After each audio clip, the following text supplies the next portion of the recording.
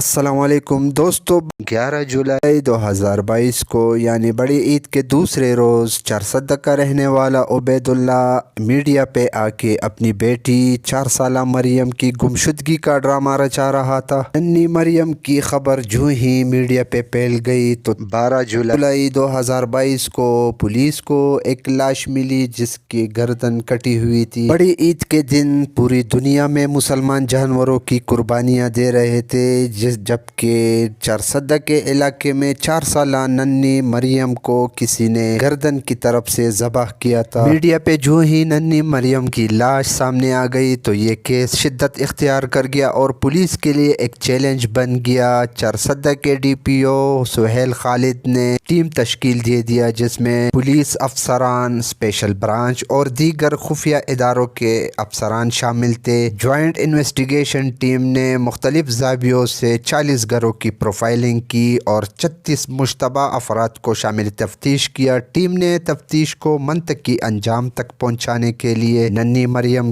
کے باپ کو بھی شامل تفتیش کیا۔ تفتیش کے دوران درندہ صفت باپ نے اپنے جرم کا اعتراف کرتے ہوئے کہا کہ مجھے شک تھا کہ یہ میری ناجائز اولاد ہے، اس لیے ان کو ذبح کر کے قتل کر دیا۔ 13 جولائی کو ملزم کی گرفتاری کے بعد چارسدہ کے ڈی پی او سہیل خالد نے میڈیا کو بتایا کہ ملزم سے ایک عدد پستول بھی برآمد ہوا ہے جس کے ذریعے سے ملزم خود کو بھی ختم کرنے والا تھا۔ ملزم عبید اللہ اس وقت پولیس کی کسٹڈی میں ہے اور جس چھری سے اس نے واردات کیا تھا وہ بھی پولیس نے حاصل کیا ہے۔ پاکستان میں ایسے واقعات روزانہ پیش آتے رہتے ہیں، لیکن 4 سالہ ننھی مریم کے قتل کا یہ واقعہ اپنی نوعیت کا الگ واقعہ ہے اور ہم حکومت وقت سے بھرپور مطالبہ کرتے ہیں کہ اس درندہ صفت باپ کو سخت سے سخت سزا دی جائے تاکہ کل کوئی اپنی بیٹی کو قتل کرنے کا سوچے بھی نہیں۔